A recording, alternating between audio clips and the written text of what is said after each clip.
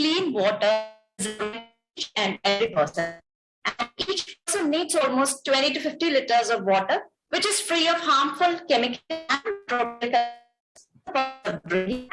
and hygiene.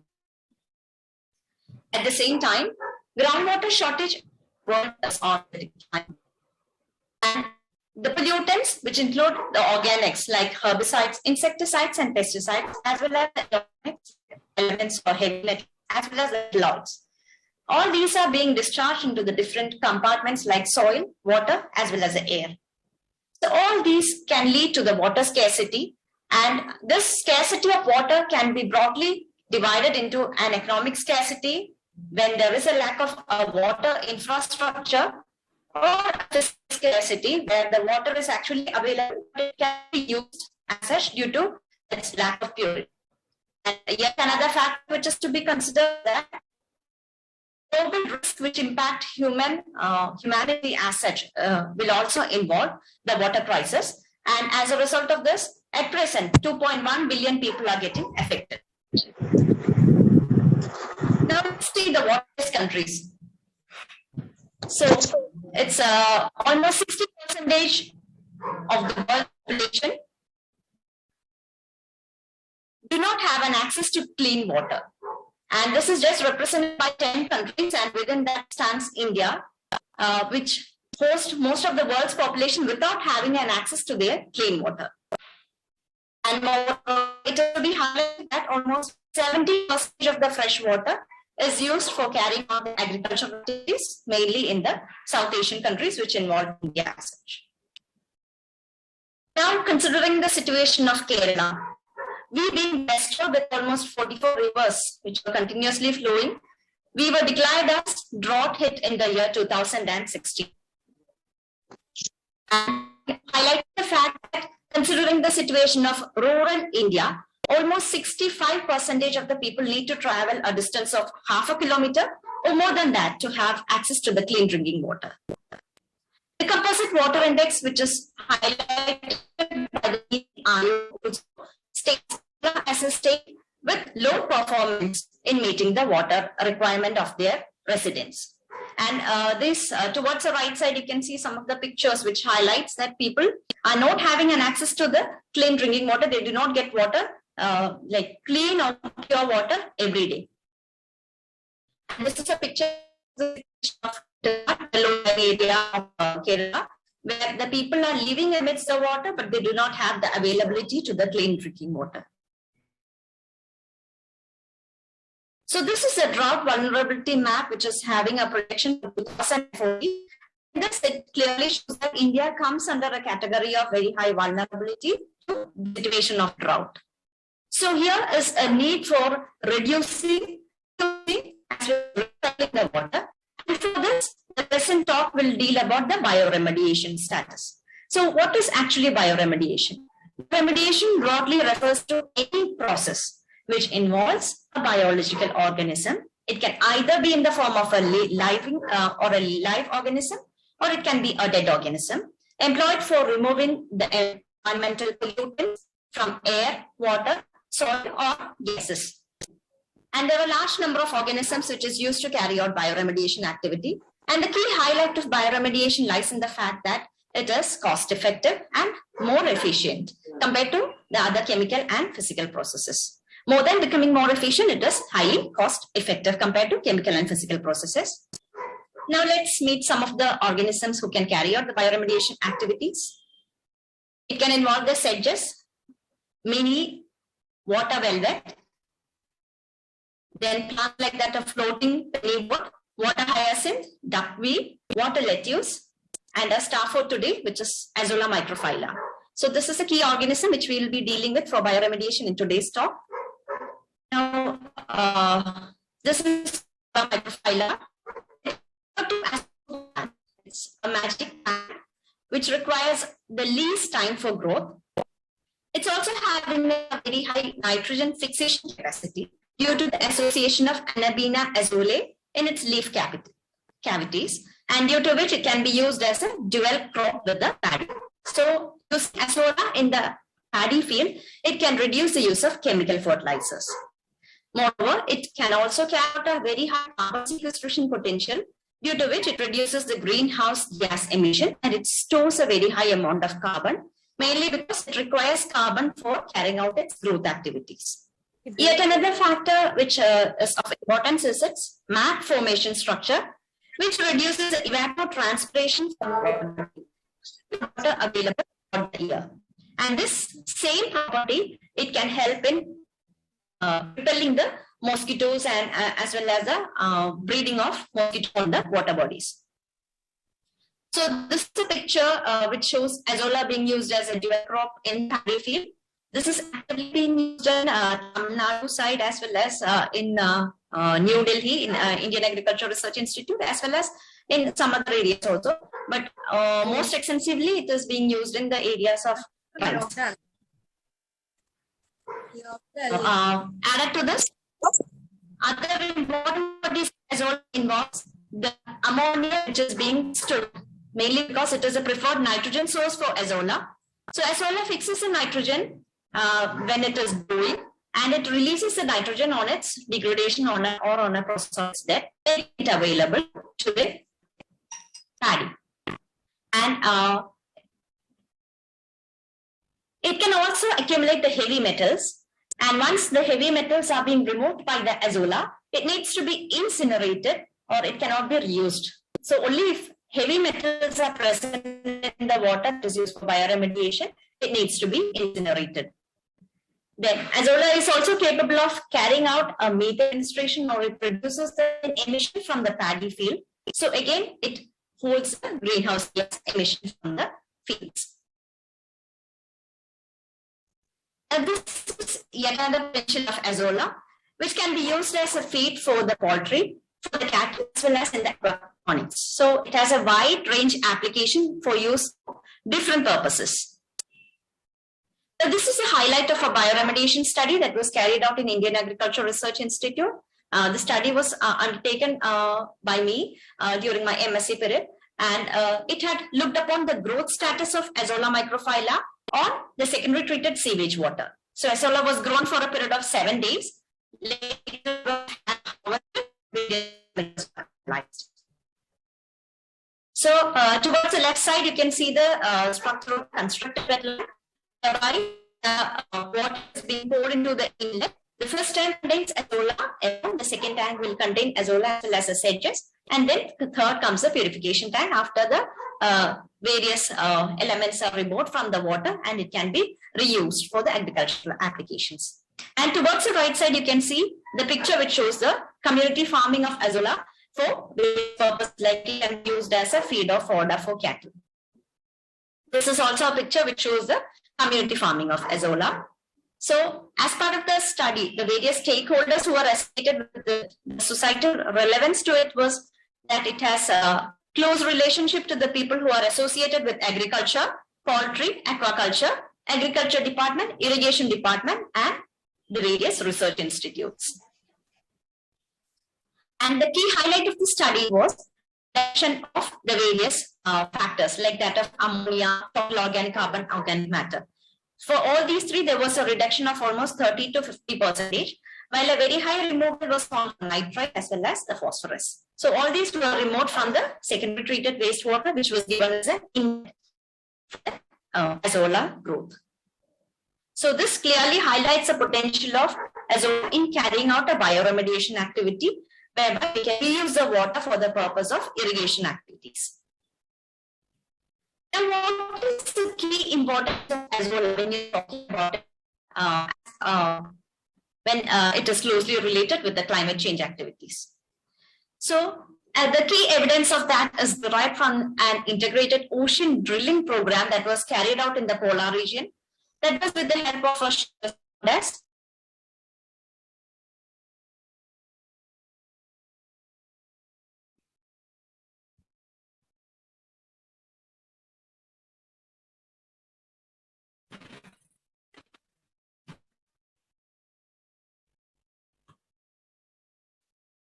The Arctic azolla event has led to the greenhouse gases.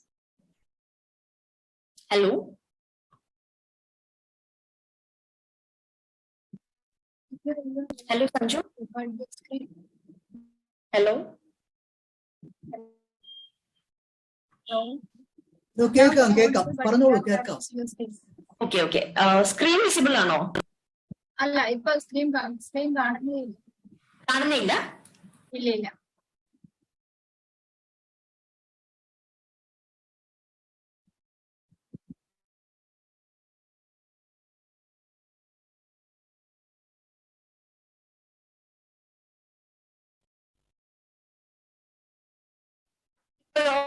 People, okay. Yes, we can see. We can see. Okay. Yeah, okay. So, how is ⴂ related to the climate change event? Evidence derived from the integrated ocean drilling program that was carried out with the help of the ship Vidar Viking, which started from the Norwegian region of Tromsø. So, this is the ship which started its polar expedition from the Norwegian region. And this expedition has highlighted the Arctic ⴂ event. So the key evidence of that is almost 200 we had a greenhouse gas coating, and the polar ice sheets were completely absent even in the polar regions. Along with that, there was prolonged methane emission from the various volcanic activities that were occurring in the different parts. And when we are moving only then comes the polar ice caps. This expedition has highlighted the presence of brown patches of ⴂ as part of the expedition in 2000. Questions were posed by the scientific community all over different parts of the world. The key questions were how the leaves of freshwater plants in the middle of Arctic Ocean, and why were they present at the time when the Earth's climate began to change? And the third question that they posed was, did ⴂ the greenhouse? So, as part of the expeditions, there was some justification that were provided by the various scientific communities, and they have highlighted the fact that the Arctic Ocean was completely in an isolated form with a temperature range of almost 15 to 20 degrees Celsius. So there was a very high cloud cover, more rainfall activities, and as a result, the salinity was reduced when there was immense fresh water. Along with that, the carbon dioxide presence at the time was 5 times the carbon dioxide which is present today. So the organisms which were actually freshwater organisms, as well as actually freshwater organism, and its growth in the Arctic Ocean is substantiated by the fact that it was growing in the freshwater lenses.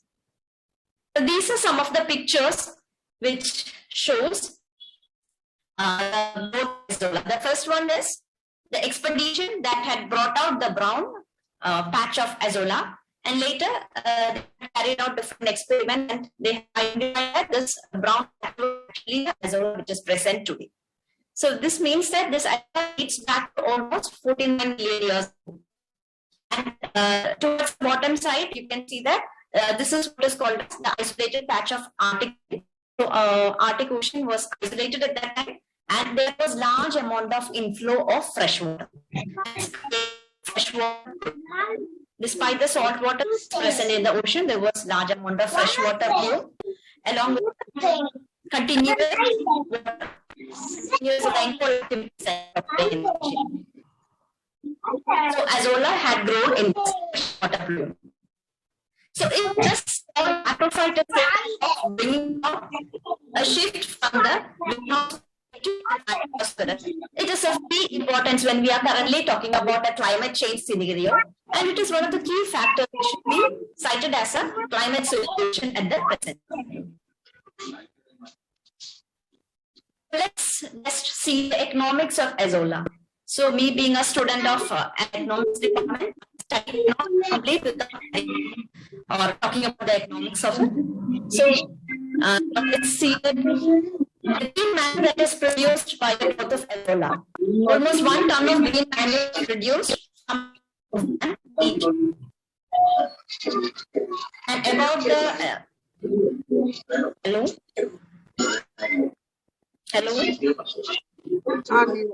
ദിവ്യ കേൾക്കാം. ഇതിനിടയ്ക്ക് വേറെ ആരും സംസാരിക്കുന്നു. പിന്നീട് ഒന്ന് mute ചെയ്യാൻ പറ്റുമായിരിക്കോ? ദിവ്യക്ക് access ഉണ്ടാവും. ആരാണ്? മ്യൂട്ട് ചെയ്തു. Okay. Yeah. So the second was about the nitrogen that is fixed.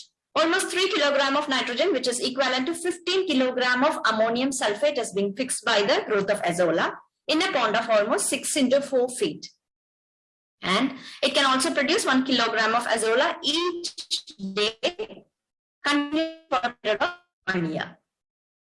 Along with that, approximately 1 kilogram of azolla mother culture is inoculated into the pond, and 20 grams of micronutrients, when added, it can lead to the harvest of almost 1 kilogram of azolla each day for a period of 10 to 15 days of inoculum. And another key highlight is the carbon dioxide sequestration potential of this organism, which is almost 55 to 60 tons of carbon dioxide per hectare per year, which is almost equivalent or almost closely associated with any big or larger ecosystems like that of a forest ecosystem. So this macrophyte alone is capable of sequestering a very large amount of carbon dioxide.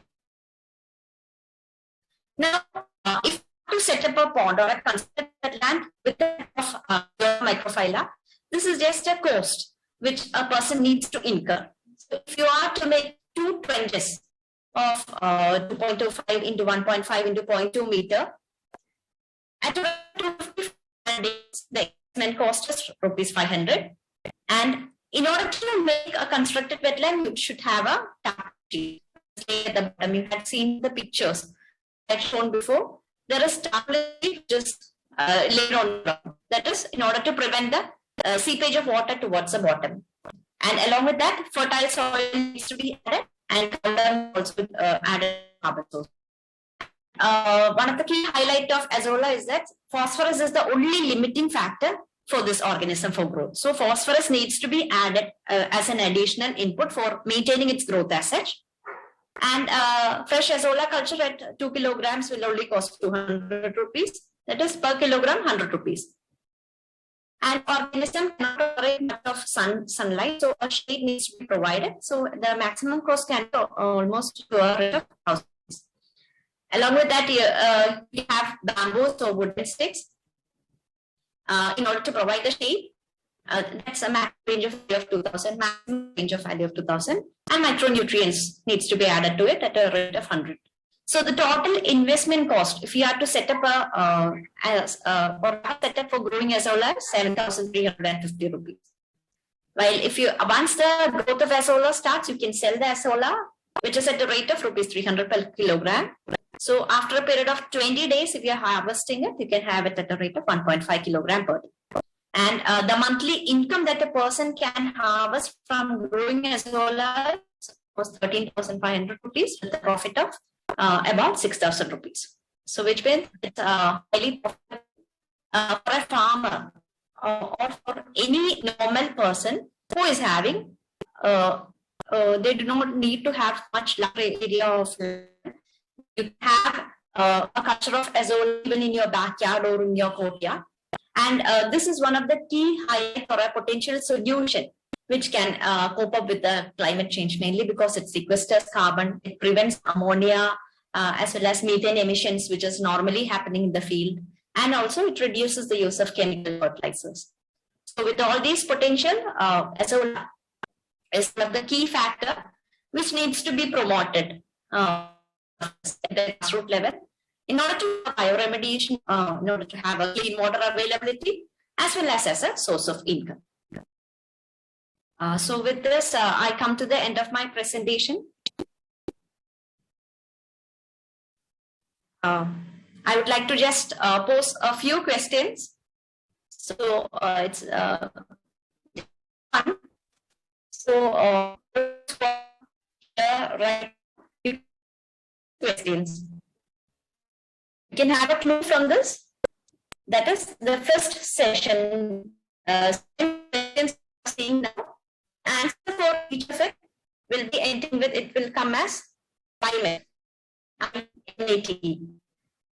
First answer will be starting with the letter C, second with L, third with I, fourth with M, then T and E.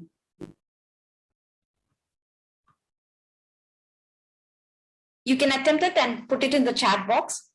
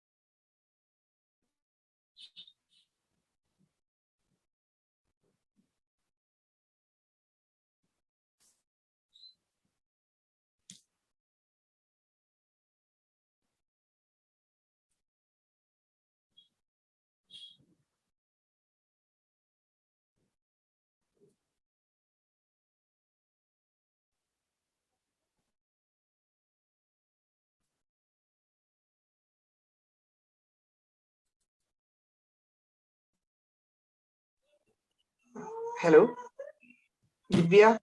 Yeah, Sanju. Yeah, Sanju.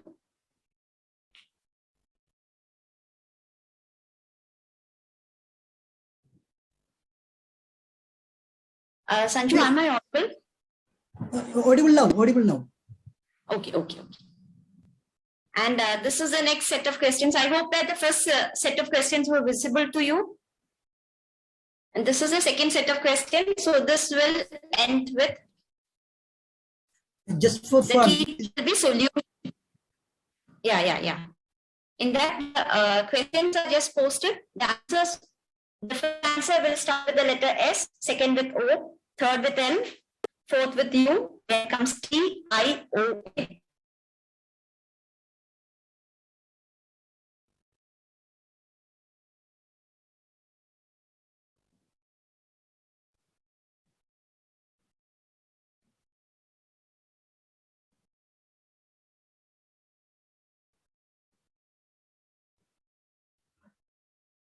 Divya, not audible now.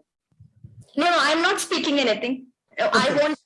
I won't if you can just answer this in this chat box. Okay.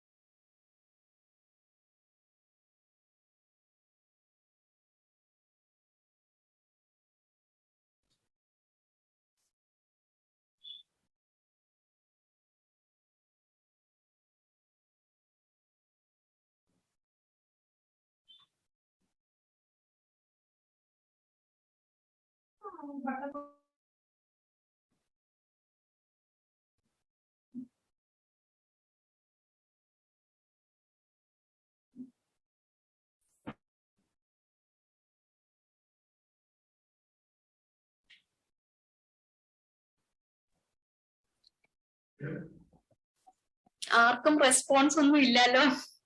Please feel free to give your responses. I mean, whatever answers you think, just post it as message or you Just can to know, solution UTION. Yeah, I think Divya Rishmi responded duckweed. Okay. It's not called duckweed. Duckweed is not Azolla.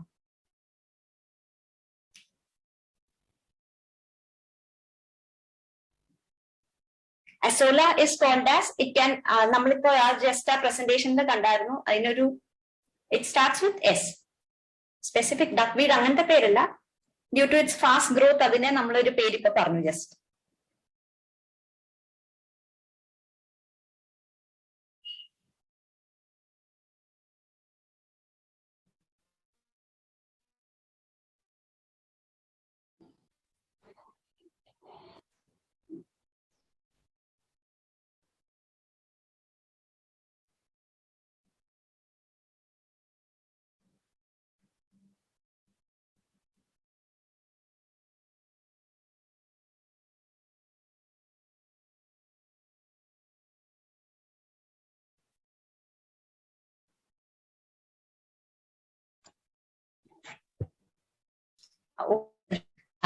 time പോയിക്കൊണ്ടിരിക്കുക. അപ്പോ I'll just say the answers.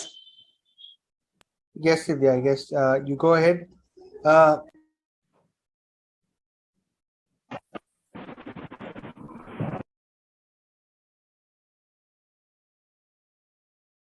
So, first one is the artificial ecosystem for treating wastewater. So, ഞാൻ പറഞ്ഞത് final ആയിട്ട് വരുമ്പോൾ it will be termed as climate എന്നുള്ളതാണ് ഇതിൻ്റെ അകത്ത് വരേണ്ടത്. First, let's see. അപ്പോൾ first one is constructed wetland. In the use of Azolla is very helpful for common man as it is having a very low cost. It will start with L. The country worst affected and declared as waterless country. നമ്മൾ 60% കാര്യം പറഞ്ഞപ്പോൾ India was the country which was worst affected and it declared as a waterless country. Most people were affected by the lack of fresh water. Then fourth one in the answer is that helps that as insect repellent. It will repel the growth of mosquitoes in the nitrogen fixant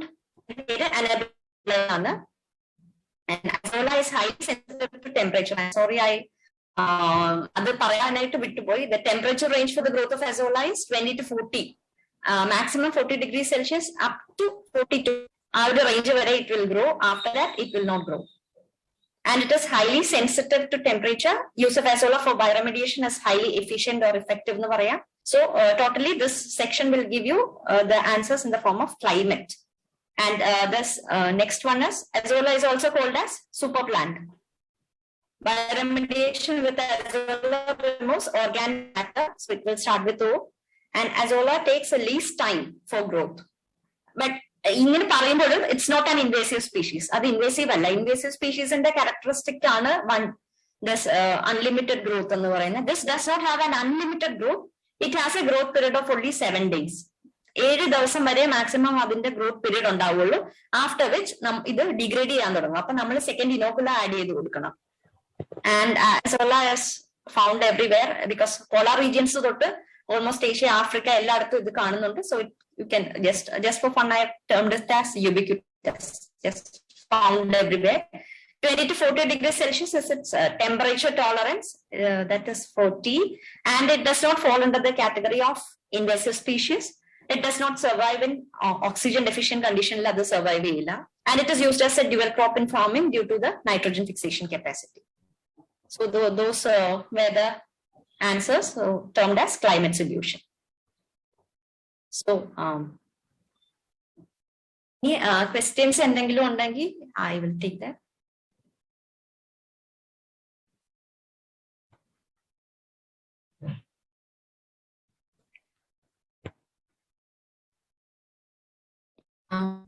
Anju, there are two questions in the chat box. Yeah, okay. So Dr. Azolla Satish, removes ammonia is one question. And Azolla removes, definitely, yes, Azolla removes ammonia. It can sequester because nitrogen is a source that is required for its growth. It has Anabaena Azolla associated with it. It takes ammoniacal nitrogen also. So Azolla removes nitrogen. And disadvantages of Azolla at present there is no disadvantage as such. Only thing is that heavy metals are accumulated ചെയ്തിട്ടുണ്ടെന്നുണ്ടെങ്കിൽ it needs to be incinerated. കാരണം നമ്മൾ after the reuse അല്ലെങ്കിൽ നമ്മൾ treat ചെയ്തതിന് ശേഷം ഈ water treat ചെയ്ത് കഴിഞ്ഞാൽ Azolla feed ആയിട്ട് കൊടുക്കാനായിട്ടുള്ള പോസിബിലിറ്റി ഉണ്ട്. So it should not be given as a feed to the cattle if it is having heavy metal. Because waste waters ഒക്കെ ട്രീറ്റ് ചെയ്യുന്ന സമയത്ത് heavy metals ഉണ്ടാവാൻ ചാൻസ് ഉണ്ട്. So that need to be avoided.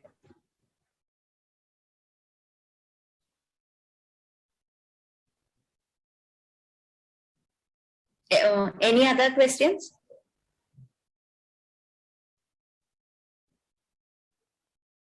Divya, ഇത്രയും beneficial this is Azolla is quite beneficial. It has been found a couple of years back, and in fact a lot of news channels and agriculture channels have been promoting it, and also because of the ease of growth for Azolla.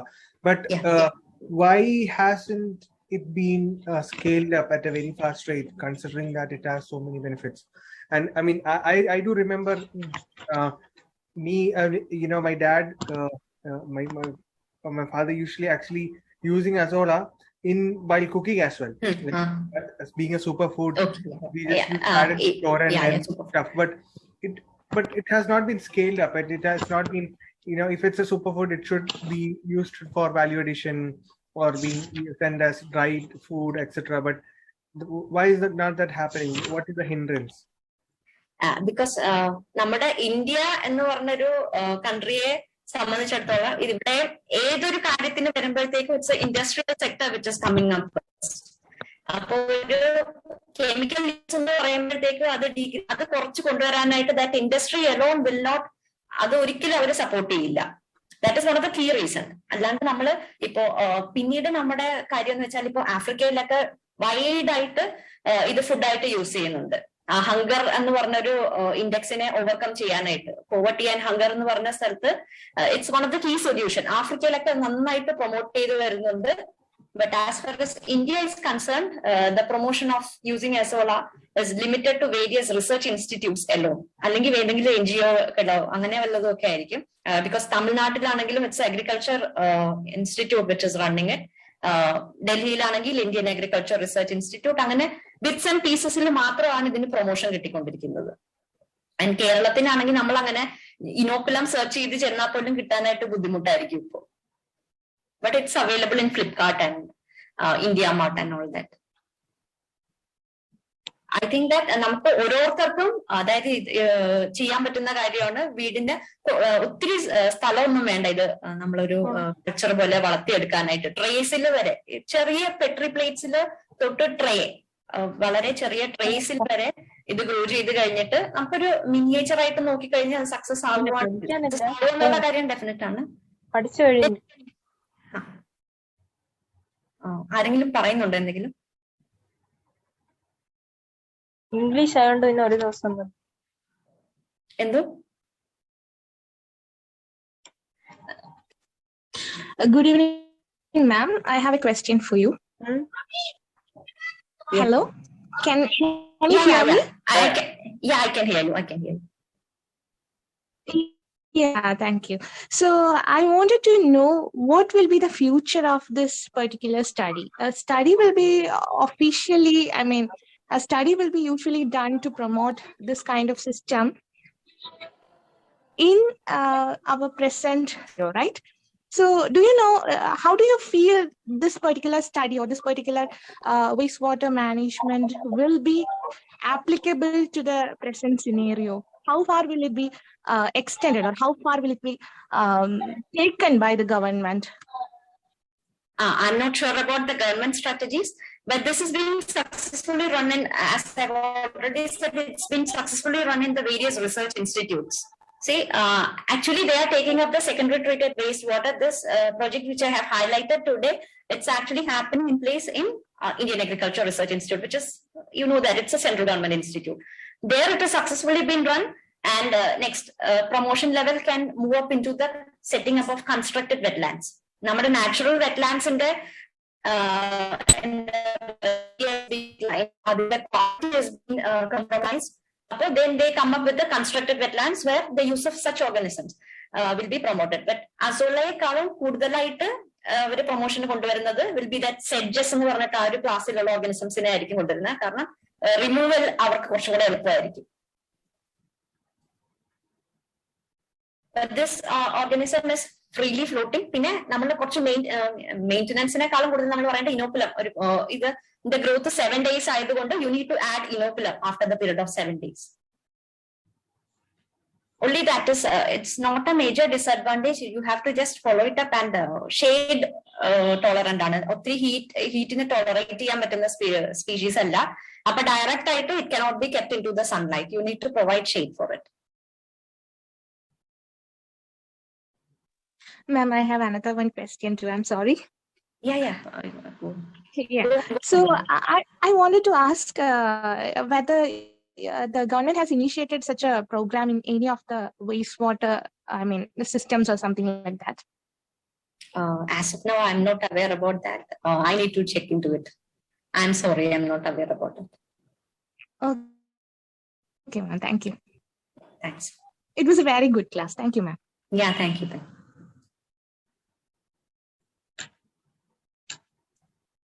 Sanju, there is one more question, I think, same posted by Rashmi. What about feeding azola is expired? Will it lead to food pollution? Food poisoning, sorry. Yes, yes. Yeah. So I'm not an expert in answering this question as well. But I think that when it is being tinned as a food product, it will have a shelf life of its own. It's tinned and it's available as a feed also, but not for human consumption in India as such. I think I'm not aware of a product being sold as such. So I'm not able to answer it properly. Yeah, sorry. Yeah, after it is expired, like any other product, even I guess azola might not be ideal for consumption. Yeah, and I'm sure like it can have an impact, but it's advised not to have azola post its expiry date if bought from a shop. But I think in tropical regions or any other regions, growing azola is quite easy. Even in a small water tank or a small place, you can grow azola.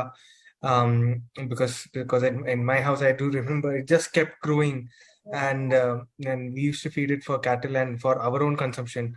Yeah, especially when it's your own little pond where you control the water and even rainwater comes in. It just we can be sure about the quality of water as well. So And it was a solution for നമ്മളെ grey വാട്ടറിന്റെ reuse എന്ന് പറഞ്ഞിട്ടുള്ള ഒരു concept നമുക്കിപ്പോ വരുന്നുണ്ടല്ലോ, നമുക്കിപ്പോഴല്ല പക്ഷായിട്ട് വരുന്നുണ്ട്. So അതിനൊരു solution ആണിത്. നമ്മുടെ ഹൗസിൽ നിന്ന് വരുന്ന ഗ്രേ വാട്ടർ, അതായത് from the bathrooms, not from the toilets, from the bathrooms as well as from the kitchen waste, that can be reused very successfully. And നമ്മുടെ അക്വാകൾച്ചർ പോൺസിൽ നിന്ന്, അക്വേറിയത്തിൽ നിന്ന്, അങ്ങനെ അവിടെ നിന്നൊക്കെ വരുന്ന വാട്ടറിനെ നമുക്ക് ഇതുപോലെ ട്രീറ്റ് ചെയ്തിട്ട് റീയൂസ് ചെയ്യാൻ പറ്റും.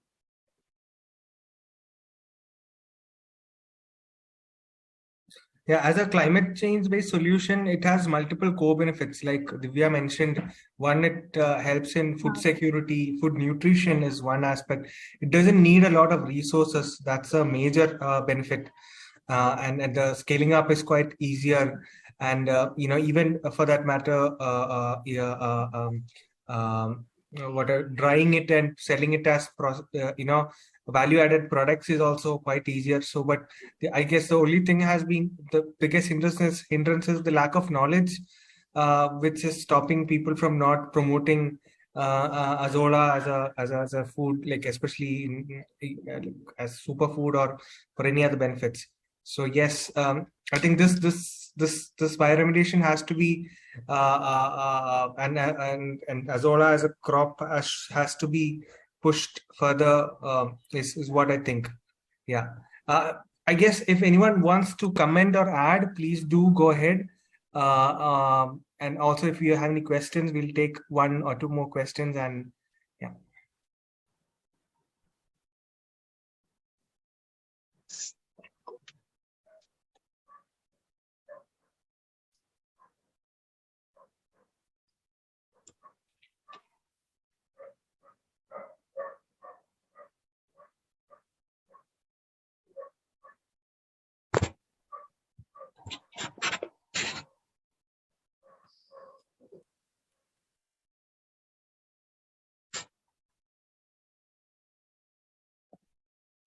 All right. So thank you one and all for joining. It was short but very informative, and it is about a very crucial technology or innovation or a crop that we have to really push, especially in a country like India, where we are heavily dependent on. We are in need of nutritious food, easy food, especially for human beings and for cattle, poultry, etc. So I really think bioremediation as a technology can be used extensively for many of the future challenges that India is going to face, especially in terms of water. And there are also a lot of innovations in terms of air. So these free ecosystem services that we get from such species, natural and dead organisms, is certainly crucial for our sustenance in the future.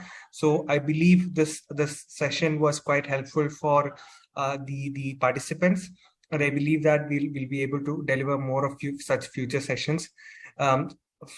Today, after this talk, I seriously feel a necessity for the government and various colleges and institutions to take up such already available innovations, already known innovations, to be scaled at a faster level. I'm sure if we have more innovators or entrepreneurs who can take up Asola production and Asola value addition as a business, it can provide more jobs. At the same time, it can ensure a lot of food security and nutrition security to masses, and also help in cattle farming. So with that, I would like to thank Divya once again for the amazing session. It was very informative, and thanks everyone who had joined in this evening. We look forward to seeing you again in the upcoming week. Have a great week ahead, and good night. Thank you, everyone, and thank you, Sanju. Good night, everybody.